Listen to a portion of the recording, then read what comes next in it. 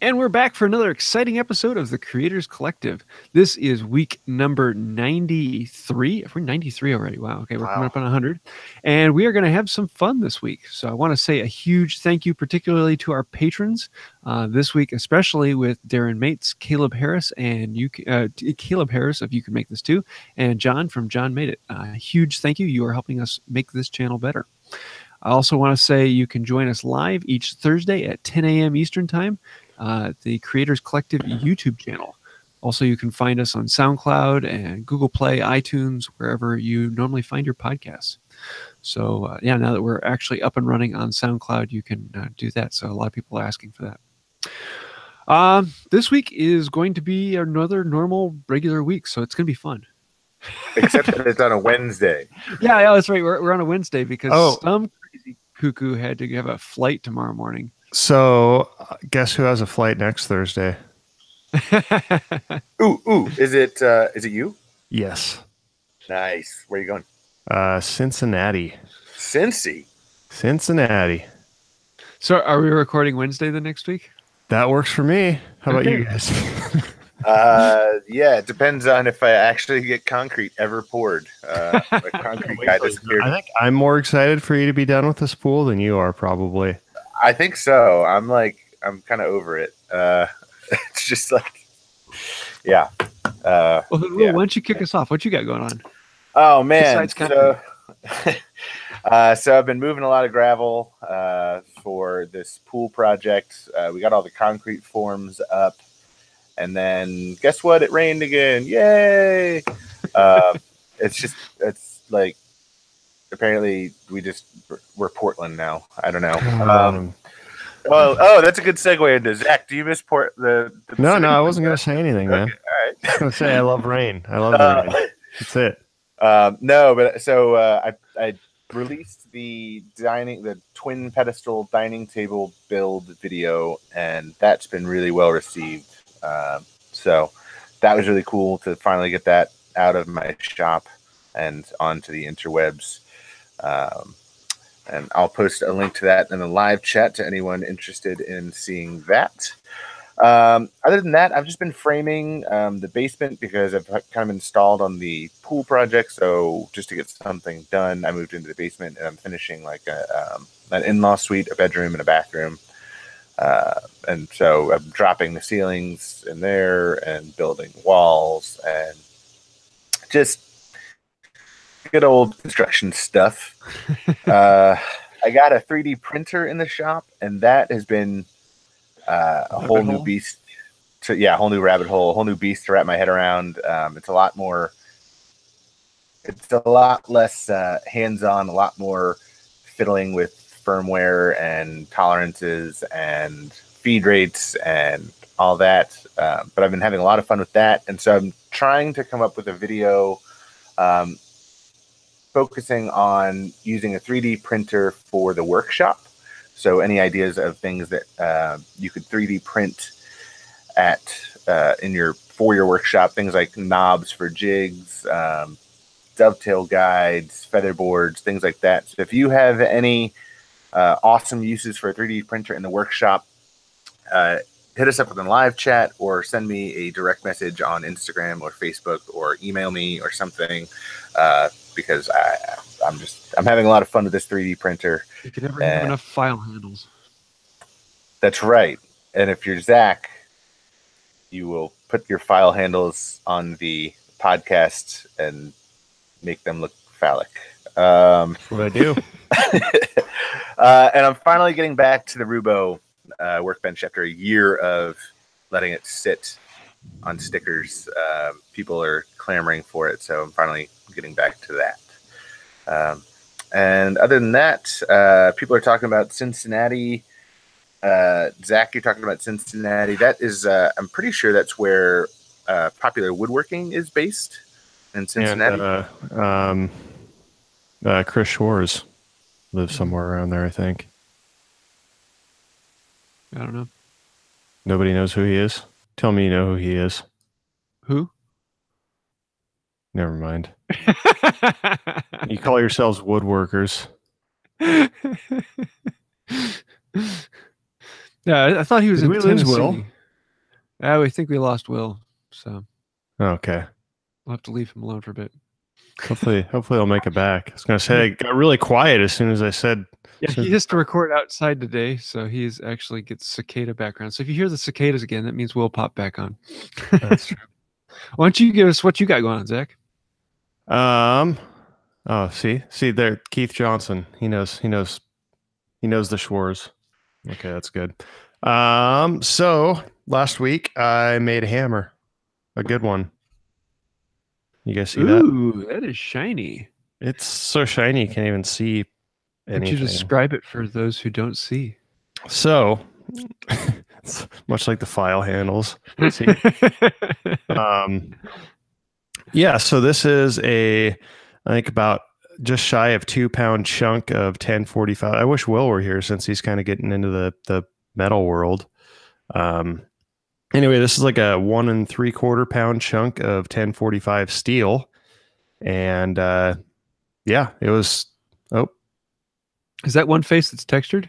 Yes. So I have a smooth side on it, but the main reason I did this is if you see, I'm showing the camera, so those who are listening only have no idea what I'm talking about. Yeah. So I have 2 faces. It's just kind of like a traditional style rounding hammer, except for there's different dies. The ones that I have to mash these out are a little big, so I'm actually making another one this week. But the one face of it is textured, and what I did was I obviously made 2 smooth faces, and then one of them I took my angle grinder and just kind of, somebody actually described it very well. They said I did the Eddie Van Halen logo on the front of it, not the actual logo, but if anybody's familiar with Eddie Van Halen, he had all those weird, crazy lines. And the point of that is that I can texture stuff. If anybody's familiar with the knives that I put up on my Instagram, this is actually, if you guys can see on the camera right now, probably see that texturing there. I have a picture of it all on my Instagram if somebody actually wants good pictures of what I'm showing to the camera. So yeah, I have one side that's textured and the other side that's flat, just for if I hit too hard with the texturing side and dome the material at all, I can flip it over and flatten it back out. So I wanted to make one of these because the way I did those knives previously, I just took an old broken claw hammer from my old junk tools box. I think everybody has an old junk tools box, right? Yeah. You have one, James? I had a couple of them. Okay. Yeah. So it was like an 8-ounce claw hammer with a broken handle, that you have taped up so that it hopefully doesn't fly apart when you're using it. So I used that to experiment, and it worked well. So I decided to actually forge my own, and it turned out very, very well. I'm really happy with the way this came out. What's the handle? Is that a dyed ash? Wow. Yeah, that's exactly what it is. That's nice work there, James. Sharp. Yeah. So I originally actually tried going walnut because I thought it would contrast good with the polished steel, and it looked terrible. So I sanded it off and went back to red. But yeah, that's kind of what I spent the week doing. This took me, a lot of people asked me if I was going to sell it, and no, I'm keeping this one. But I'm probably going to do some more here in the next couple weeks. This took me pretty much 2 days, which is a long time. It's a lot of work, and I'm not very fast at it yet. So it's like any other process. You just have to, every time you do them, you get a little bit faster and learn some tips and tricks and stuff. So you can't do your first dovetail in 15 minutes. No, I still have never done a dovetail. You should do it in steel. That'd be cool. So I was actually thinking about that. I was like, what if I did a dovetail, right?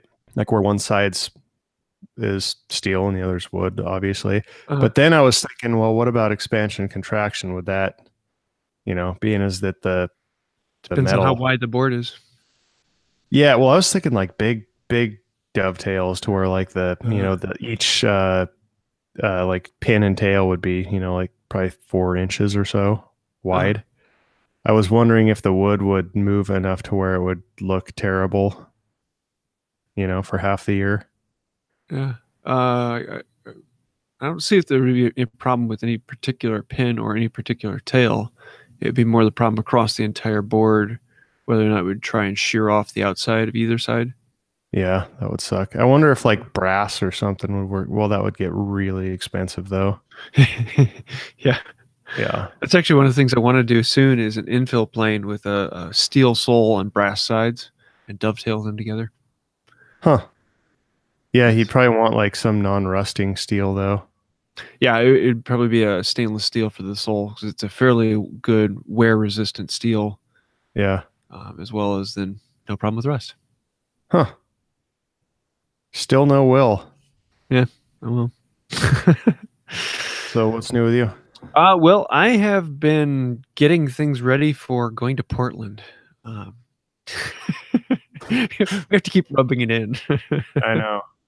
But I'm going to be flying out tomorrow. So yeah, it's 3 o'clock. I drive to the bus station, take the bus to the airport, take the airport to the airport to airport. Then I get in a car and drive 4 hours down to Portland because I'm flying into Seattle, driving down to Portland, and I'll be at the Best in the West tool show out there, which happens once every 2 years. So that should be a lot of fun. Where's it at? It is at the Monarch Hotel, just south of Portland. Huh. So Not familiar with that. That'll be fun. And I'm going to be doing a meetup on Saturday at 3 o'clock. So if anyone is around Portland and wants to hang out, it's at the Starbucks nearby. I know I'm going to Portland. I'm going to a Starbucks. That's terrible. Terrible. But is that? I see Will. I don't hear Will, but I see his logo thing. We'll see what happens. Uh-oh. Let's see what else I got going on. I did a video on a whittling knife, and that went over well. And that's actually a giveaway that's going on through Saturday. So if you want to win a Damascus steel whittling knife, you can go to woodbyrite.com/giveaway and join in there. And then a video on a paper towel rack, a simple paper towel rack that hangs underneath the countertop so that it doesn't take up space. Will, are you back? A lot of fun. Yeah. My parents' house are here. I believe we're dusting modem and router and. I think you're back, but you're not back. You have like You're cutting you in have and out. like that. You have like that 8-bit voice thing going on. Okay. There we go. That seems better. Yeah. Maybe a little. Hopefully. Where do you leave off at? We were talking about Cincinnati. I was talking about Cincinnati. Oh yeah, we were talking about Schwartz. I said So I was saying that. I was talking about Popular Woodworking and how I reconnected with the senior editor David Lyle of Popular Woodworking on Facebook. He friended me. We realized that we were from about 30 minutes from each other, but now he lives in Cincinnati and it's the whole pop wood thing. But yeah, Chris Schwartz. Zack, is that why you're going to Cincinnati to hang out with Chris Schwartz? Yeah, we're really good friends. We go way back. No, I've never met him in my life. I'm going up there because it is my sister-in-law's wedding. Fun. Your sister-in-law's wedding. Wait, if she's your sister-in-law, wouldn't that? I guess. No, his wife's Okay, sister. so I'm bad at this your stuff. wife's sister's wedding. Okay, yeah, all right. Yeah. But she could also be your. Yeah, all right. So yeah, I see where her you're going. husband will be I your forget where in-law. Yeah. It's the brothers and sisters. I have none, but my father is his father's son. Right? Get back to me on that one. So yeah, you missed it, Will. I was excited to show you this hammer that I forged. This texturing really hammer. See that? Yeah, I saw. Oh, wow! I saw on Instagram you posted that, and you're using some sort of polishing abrasive or something. Yeah, I did the From from Fared Abrasives, who's a company that I work for. I'm not intending for this to sound like a pitch, but it totally is going to sound like one. They sent me this like polishing system called the CombiClick, and it's for angle grinders. But here's the catch, though. And I specifically had to get a variable speed angle grinder because the different discs are meant to, they operate on lower speeds. Like the typical 4.5-inch angle grinder is like 13,000 RPM. It's insane. So for most of the polishing stuff, you don't want to go that fast because it's softer and it'll just fly off. But I could seriously, so I used to do all my like polishing and stuff on belts, and it took forever, and then went over to my little jet polishing station thing. But that combo click thing, you can seriously, like, I went to this mirror polish. They sent me instructions, like one of their techs was like, here's how I do it. And it was like 5 discs, and it took like 30 minutes to get the whole thing mirror polished, which might sound like a long time, but it's so much faster than it used to take me. So yeah, it's pretty cool. That's awesome. So that's what I did. I don't know if you saw the actual picture, but this is just a piece of scrap metal. You see the texture on there? There's a better picture of it on my Instagram, but going to be using that for knives. So yep. How's your knife making going? It's good. So I freehand ground the bevels on that petty knife that I was working on last week. And then I got excited and went to go put the secondary bevel, the actual cutting bevel, on the knife. And I think my steel was still a little too thick, so it's just a little chunky. I mean, I've got a sharp edge on it, but it just doesn't look as I don't know, delicate as I wanted it to. It looks just kind of like chunky, beefy, like a fat apple seed. Yeah, like a fat apple seed, exactly. So that just takes practice. I got the scales epoxied on and pinned, and I'll probably finish that up today. But yeah, that's I think I told you I made a forge out of soapstone that worked just okay. Mm-hmm. So now I'm looking at either making a forge, like a real forge, like a propane forge, or buying one.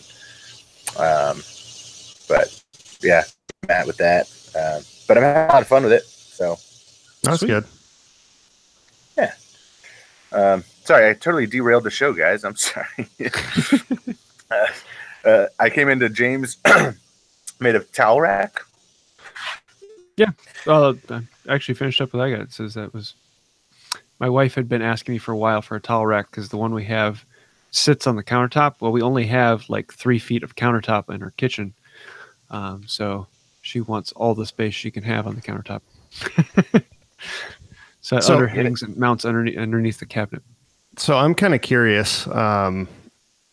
I really see myself like going down the hammer making rabbit hole here soon. I'm probably going to do some more I'm going to do a video on some knives coming up, and then I'm probably going to go like just dive into hammer making. But my question is, I think I don't want to say most of, but there's definitely a larger audience of woodworkers out there in the maker scene than there are like metal fabricators or smiths, although those are growing. I'm kind of curious, like, what kind of hammer do you guys find yourselves using the most, other than like a wood hammer for joinery, obviously? Because plane adjustment hammer. Yeah. Yeah. Oh yeah. Yeah. Like a Japanese, like one of those small Japanese hammers. Well, no, like a Western style plane adjustment hammer. Okay. It's a tiny little head, usually like 3 or 4 ounces of steel. Did you see the one that, because I mean, I'm familiar with hand planes. I own a bunch, but I have no idea why I would need a hammer unless you're talking like the old coffin style. Is that what you use them for? Yeah, I need wooden body plane. Okay. So yeah, that's why I have no idea. But he won one of my hammers that I auctioned, and he said that it was awesome as a plane adjustment hammer. So maybe I don't know. I'll have to look into that. So like, what would your dream plane adjustment hammer? I googled some pictures, and there's a lot of variation there. Size. I just posted a couple. I would like one with 3 heads, but doesn't swing weird. A Cerebus hammer. Yeah, no. Honestly, if it had 3 heads, each one coming off it, was it 60? No, it would be. That would still be weird because it would want to like spin. Yeah, because you want to have one wooden head, one metal head, and then one wedged head for popping the wedges out. Question: if you lose one of the heads, does it grow back? That's why my dreams never really come true in reality. But I think the most common would be like a 3-ounce head, about 4 inches long, with about a 1/2-inch face, and the opposite end being coming down to a tapered end for popping wedges out. Like wedge shaped end? Yeah. Okay. Huh. I could probably do something like that. And steel wouldn't be a problem. Like you don't need to have brass or something softer. Yeah, steel would be fine. And actually like a mild steel would work great. Okay. Huh. That would be nice. Here, let me go grab a couple that I have. Yeah, I absolutely. just posted a couple links in the live chat, Zach, if you're curious. I should check out the live chat more. Whatever, whatever window's open is what gets my full attention. Oh, that's good. Yeah, at least you're focused. All right, so like this Chinois 4-ounce hammer is something that I'd be interested in. Is that the top one or the second one down? I just posted another one, a third one. Okay, I'm clicking. Yeah, I love this design. It has a taper on the back, and this one's about 3/8 on the sides of the head, but it's just a little bit too light. Okay, so tell me how many ounces it is, and I can see if I can like knock something out. I would say about 3 ounces would be perfect. This one's 3 ounces total. 2 ounces. Yeah, 3 ounces. So that's just kind of like a German for people who can't see exactly what we're doing. It looks to me like just kind of like almost a German pattern, like forging hammer, pretty much. So just a cross peen. Yeah, but a smaller peen. 3 ounce. Tiny okay. little. Yeah. All right. What do those? You don't need much. The less weight when you're adjusting a wooden mallet, the better. The only downside to it is having a wooden face makes it softer, so you're not going to be denting over your iron if you're hitting it too hard. Or if you're actually adjusting the wooden body by tapping on the wood, you're not going to be denting the wood. And so that's why my dream one would have 3 heads, one with the metal face, one with a wooden face, and one with a wedge. But yeah, you're out of luck there because I forged something that's only going to have 2 faces. The Japanese hammers that I'm talking about are good for tapping out the backs of Japanese plane irons for once after you sharpen past the hollow, and you have to tap it out. Which I know scares a lot of people, but I don't think it's too terrible if you just take your time. That Chinois is nice looking. It is, right? It's a sexy hammer. But you wouldn't want a wedge on one side, huh? Or would you? Like a peen? Not for Japanese, because Japanese don't use the curled over wooden wedge. Well, those two faces look the same. You might as well get some versatility in there, right? What would I use a peen like? So I know James just talked about it, but what would I use the peen for? What would you use a peen for on something that small? I mean, well, I use it for pulling the wedges out. If the wedge gets stuck and you can't tap it out by hitting the body, you use that hook to actually grab the curl on the wedge and pop it out. Oh, okay. Huh.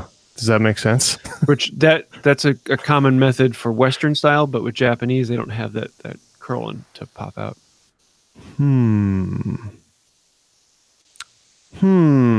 I wonder how many people are bored out of their minds listening to us discuss like plane adjustment hammer anatomy.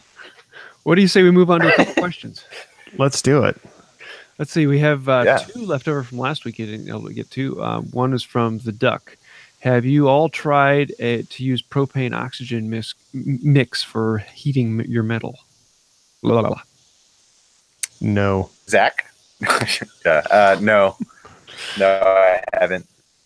I have done it for for bending stuff, but only like, in theater work for, bending large chunks of steel into organic shapes, but I've never used it for forging.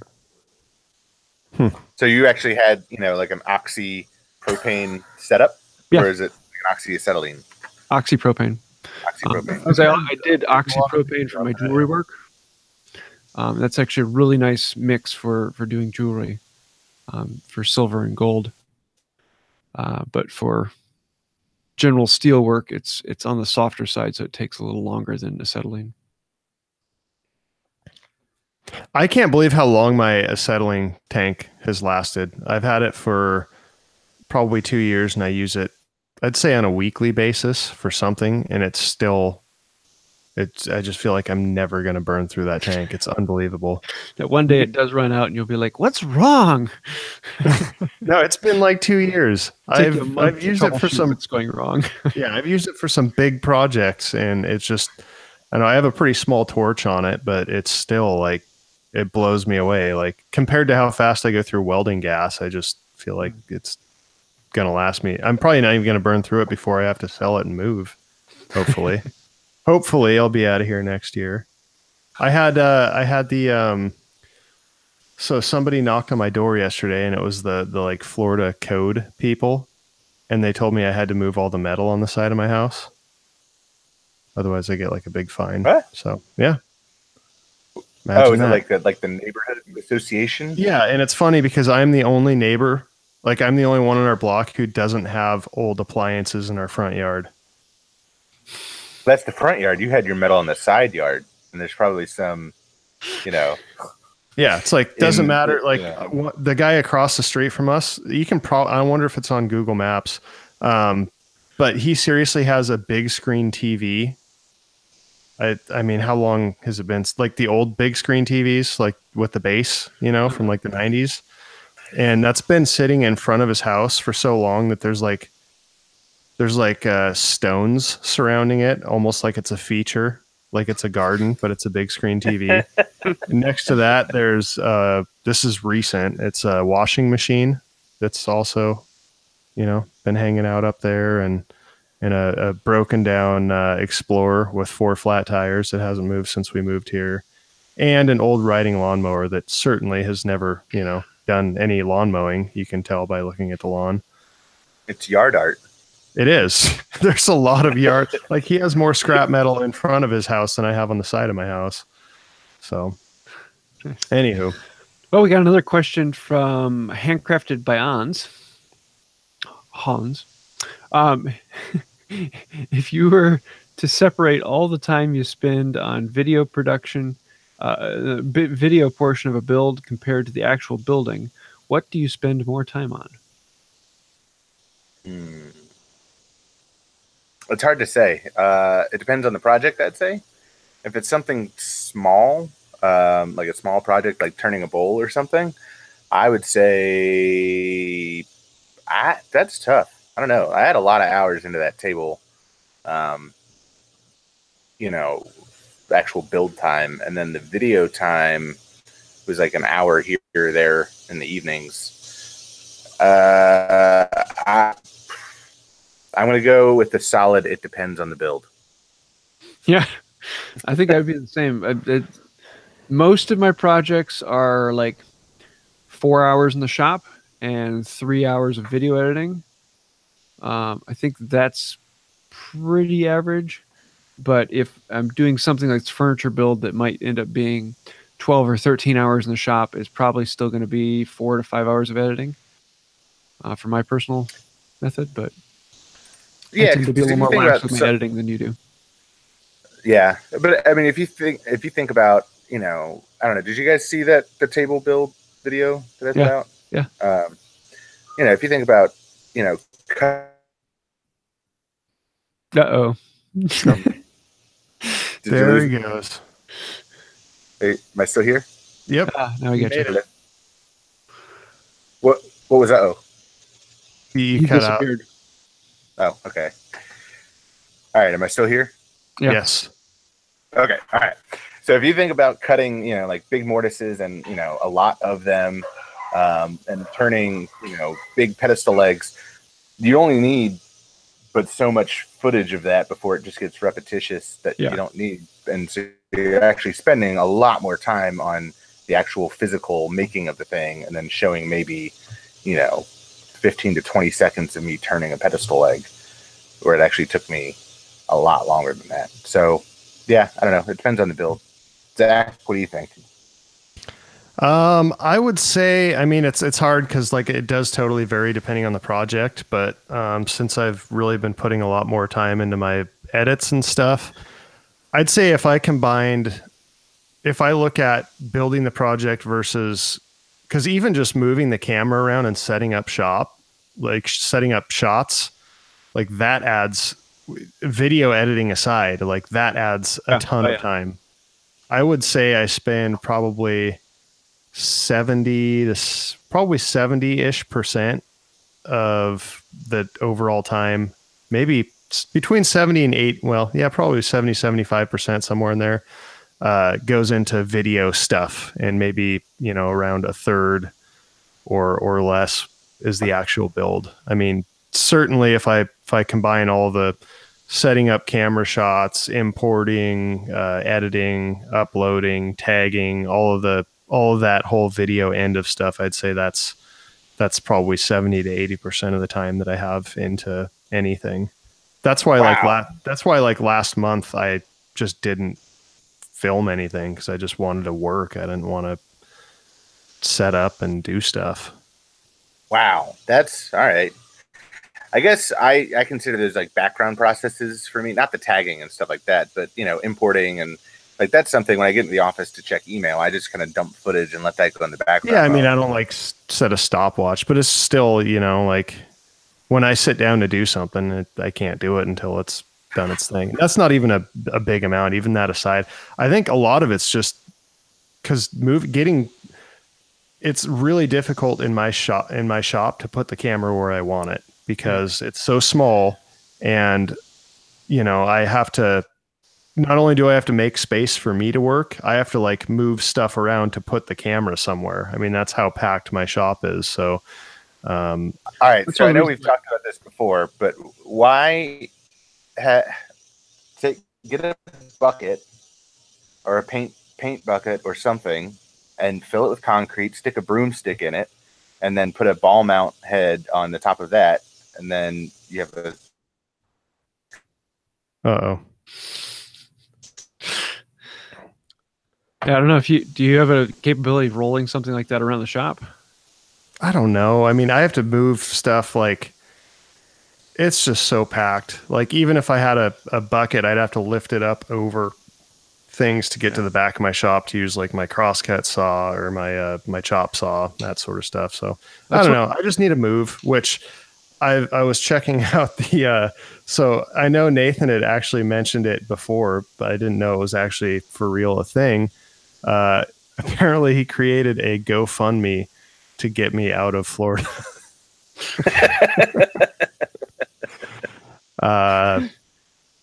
So nice. Yeah, so that's a thing. people are sick of hearing you.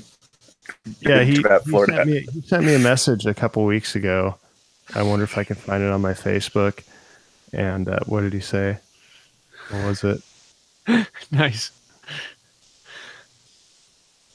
Zach, I just imagine you walking around Florida like Charlie Brown, like with his head down. Do, do, do, do, do, do. That's it's pretty spot on. Like whenever I leave. Where's your zigzag shirt? I need one. I should get a Charlie Brown shirt. Yeah. So somebody send Zach a Charlie Brown shirt. I will wear it. I will definitely wear it. Yeah. So what do you say we hit the creators photo challenge? Since we forgot to mention it last week. Sorry about that. We didn't tell you what the next week will be. So Will, why don't you tell us what the new challenge is? Yeah, mic check 1 2. Can you guys hear me, or am I cutting out? Yeah, we can hear you. Cool. All right. So the next challenge is framing. So think about framing whatever your subject is, and it should be really easy in a workshop where there are a lot of square shaped things and lines and boards and things like that. But think about like a frame within a frame, or just basically framing your subject. Framing. That is the challenge for next time. Not construction framing. Not construction framing. Throw a bunch of 2x4s up and take a picture. Cool. Well, we will probably be doing this next Wednesday. Yes. Yeah. Cool. So I'll be going to Cincinnati. Wednesday, you have until 1 week from today to get your pictures in. And this is an abbreviated. You only get 1 week instead of 2. Oh, wow. Because that's what James just said. And so because it was if you don't like it, if you don't like it, blame James. It's normal. Well, we have a joke of the week from Matt Buntyn. Buntyn. Did you hear the one about the 2 peanuts that were walking down a dark alley? One of them was salted. One was assaulted. That's what I said.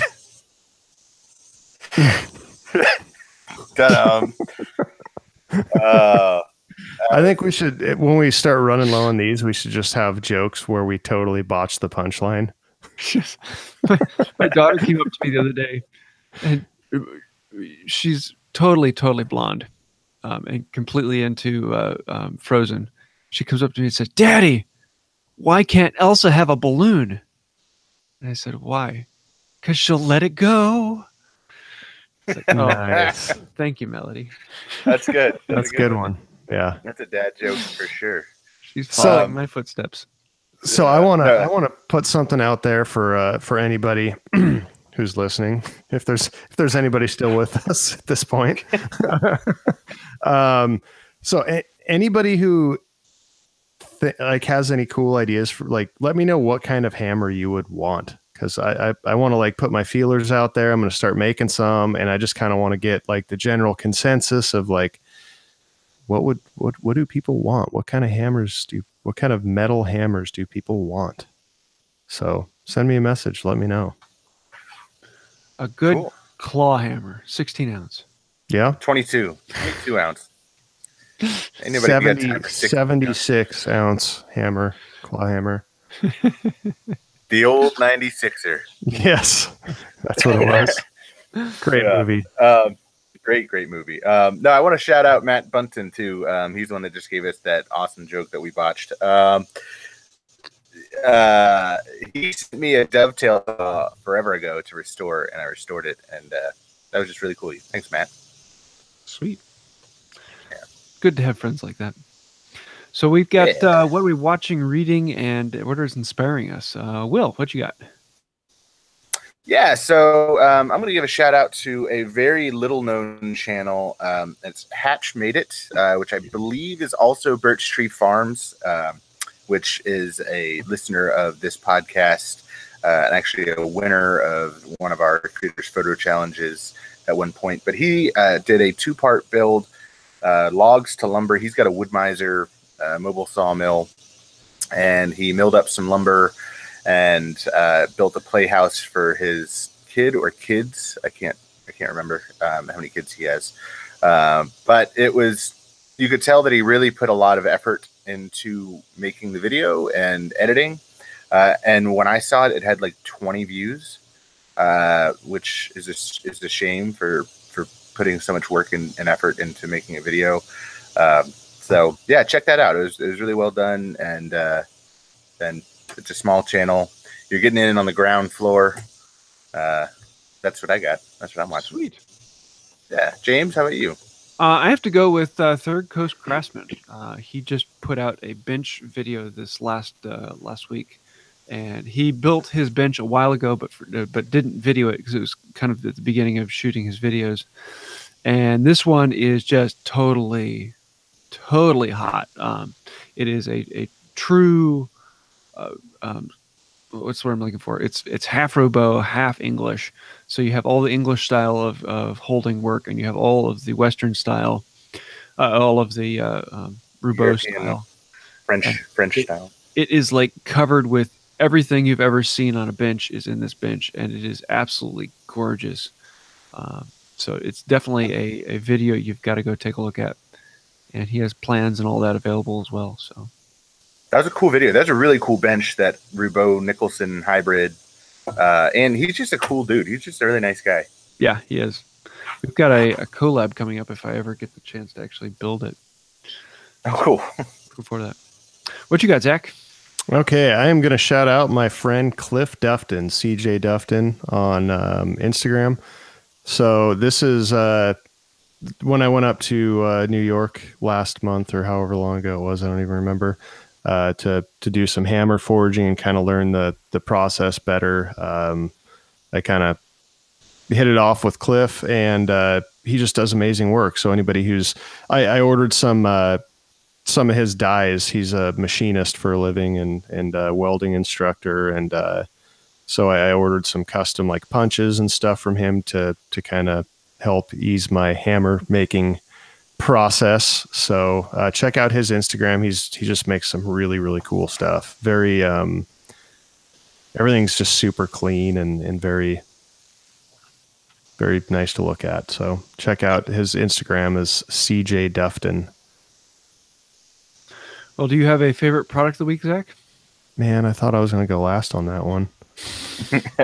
I'm going to go with this. I'm going to go with the hammer that I made. I was going to say, I thought that would be yours. Yeah.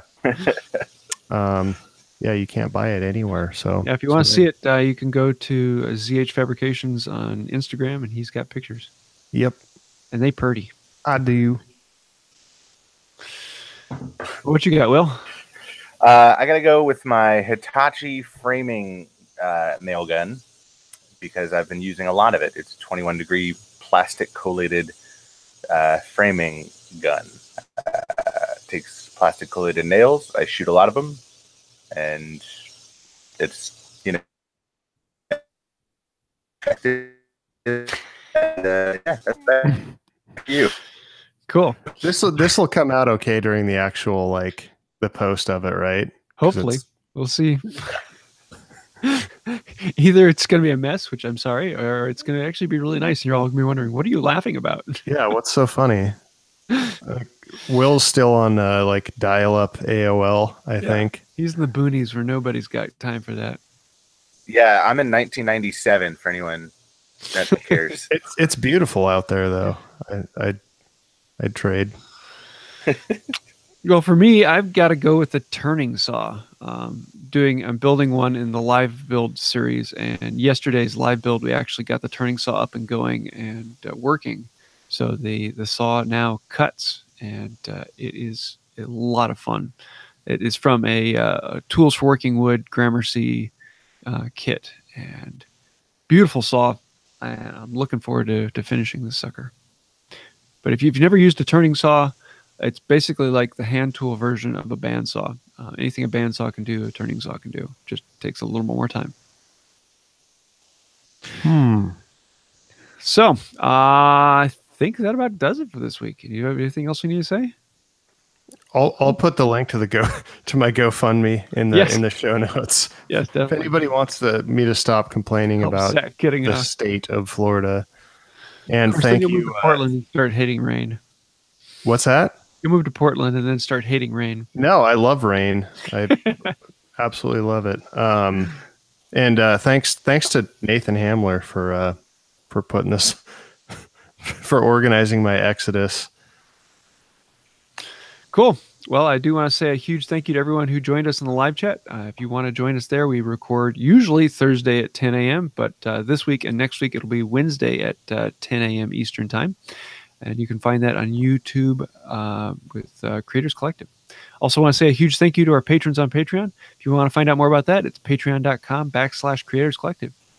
So that's about it for this week. And until next time, have a wonderful day. Later. Adios.